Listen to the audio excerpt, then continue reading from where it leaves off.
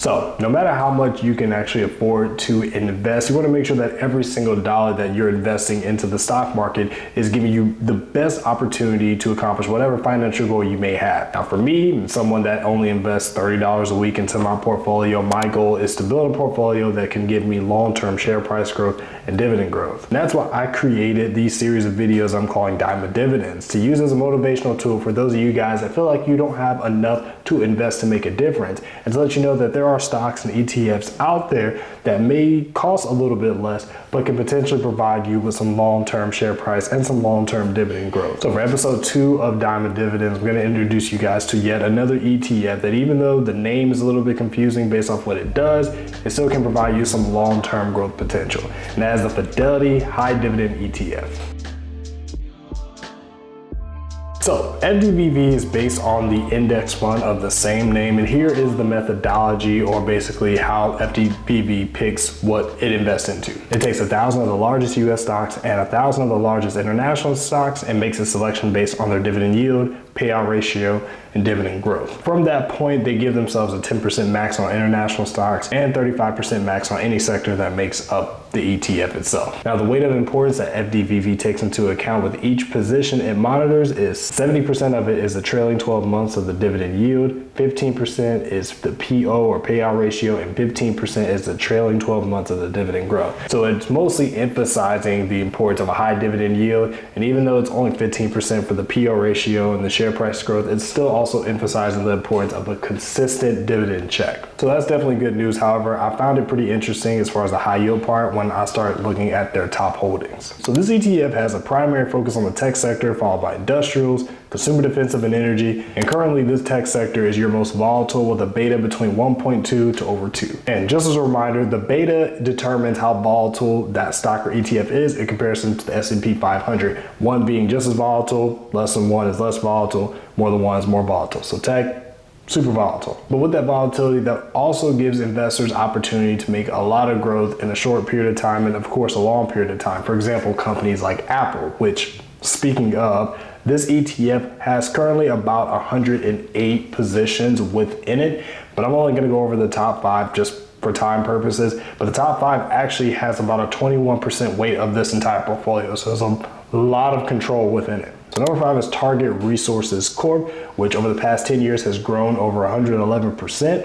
It does have a dividend yield of 1.47%, which is going to be your highest out of the top 5, spoiler alert, but it does have a dividend CAGR of negative 3.79%. That isn't a good look. That means consistently over the past 5 years, you're losing dividend payouts. Not really something you want to do, but we'll keep going. Number 4 is Broadcom, with a 10-year share price growth of over 1,900%. Has a dividend yield of a little over 1%, but a 5-year dividend CAGR of 14%, so not bad. Number 3 is Microsoft, with a 10-year share price growth of 842%. Has a dividend yield of 0.8% and a 5-year dividend CAGR of 10.26%. Number 2 is the almighty Nvidia. It has a 10-year share price growth of over 22,800%, but it has a dividend yield of only 0.03% and a 5-year dividend CAGR of 16.27%. And number 1 in this ETF is Apple. It has a share price growth of the past 10 years of 634%, has a dividend yield of 0.43%, and it has a 5-year dividend CAGR of 5.43%. Now, one of the first things that I noticed from this top 5 when I put it all together is the dividend yield. These 5 stocks have an average dividend yield of about 0.75%, or based off their share prices at that point in time, a little over $1.90 per share per year. So a stock with a 0.75% dividend yield that pays a little under $2 per year may not be immediately the most appealing without, digging more into it. On top of the fact that Target Resource Corp has a negative 5-year dividend CAGR, only 3 of the 5 positions on here have a positive dividend CAGR, meaning for the past 5 years, they've been consistently increasing that payout. And I can't emphasize enough how important that is for someone that wants to invest in something with long-term dividend payout potential. Now, despite all that, all these positions seem to have a positive yield of cost as you go back to 5 years, meaning if you invested into each of these positions 5 years ago, your dividend yield at that point would be higher than if you invested into it today. So these positions, along with the other 100 or so, make up this entire ETF, and here is the general breakdown of FDVV. As of February 10th, FDVV has a share price of $51.34 a share. It has a dividend yield of 2.89%, which it might be a little bit higher now, but it roughly pays $1.47 per share per year. Its dividend CAGR isn't too great over the past year. It is negative 7.66%. 3 years, it's actually decent at 10.55%. In 5 years, it's okay at a little under 3%. The share price growth, however, not too bad. It has a 1-year share price growth of 18.32%, and 5 years at 55%, so 11% every year. I definitely wouldn't be against that. 10 years, it doesn't exist. I believe this ETF was incepted like in September of 2016, so just hasn't had enough time yet. Now, as somebody that invests a fairly small amount every single week into the stock market, I really want to emphasize some of the more important metrics that can attract lower budget investors like myself. So when it comes to FDVV, the first thing I notice with its beta. Beta doesn't necessarily impact the numbers when it comes to being a big or small investor, but a lot of small investors out there may not be too hyped about the volatility that the stock market can provide, even though if you hold in the long term, obviously you're going to go in the green the long term, as the S&P 500 history shows. But regardless, FDVV has a 0.92 beta, which means it's a little bit less volatile than the S&P 500. That's actually pretty surprising just when you consider some of their positions. Apple has one of 1.24, Nvidia's is at 1.66, and Microsoft is at 0.9. But again, you have another 105 different positions, so it obviously balances itself out. The expense ratio, which gets more important the more you invest into an ETF, for FDVV is 0.16%, which means for every $10,000 you invest into this ETF, you're getting charged $16 per year. And the last thing, which I find, in my opinion right now, the most important group of metrics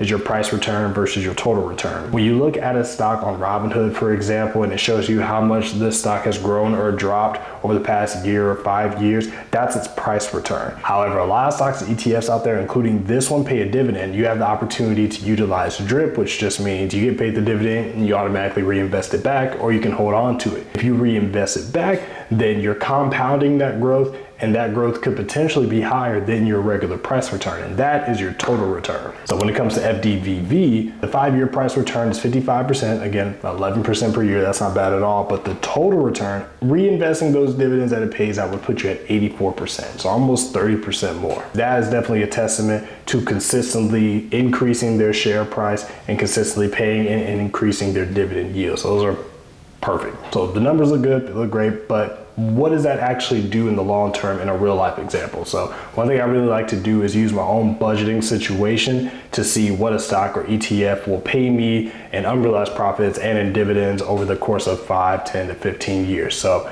this is what FDVV would look like if I invested $30 every single week. We're also assuming that it has a 6% dividend growth, which is roughly its average, a 10% price appreciation, again, roughly its average, and again, at $30 every single week, or $1,560 per year. Within 5 years, I would have unrealized profit of $9,880, and I'd be making about $291 per year from that point in dividends. 10 years, I'm looking at over $28,000 and $681 per year in dividends, and in 15 years, I'm looking at almost $60,000 and $1,209 every single year. Of course, the past doesn't always determine the future, but this gives you a rough idea of the potential of whatever position you're looking at, and this is the potential of FDVV. Now, on one hand, this position is a little bit confusing based off its name being high dividend, but a lot of the dividend positions in here, at least the ones we looked at, have a fairly low dividend. At the same time, if you compare this ETF to a lot of its competitors, according to Seeking Alpha, it actually does have a higher dividend yield, so I guess it does make sense. With that being said, this ETF should be highly considered by investors, especially if you're a low budget investor, especially because you get a lot of growth potential with this ETF having a 25% weight within the tech sector. However, there is another ETF out there that has a lot of growth potential, has a longer history just of being in the stock market, and actually has a higher dividend yield. And I talk about that in this video on my first episode of Diamond Dividends, so hopefully you take some time to check that out. I really appreciate you guys taking the time to watch this video, and until next time, as always, take care.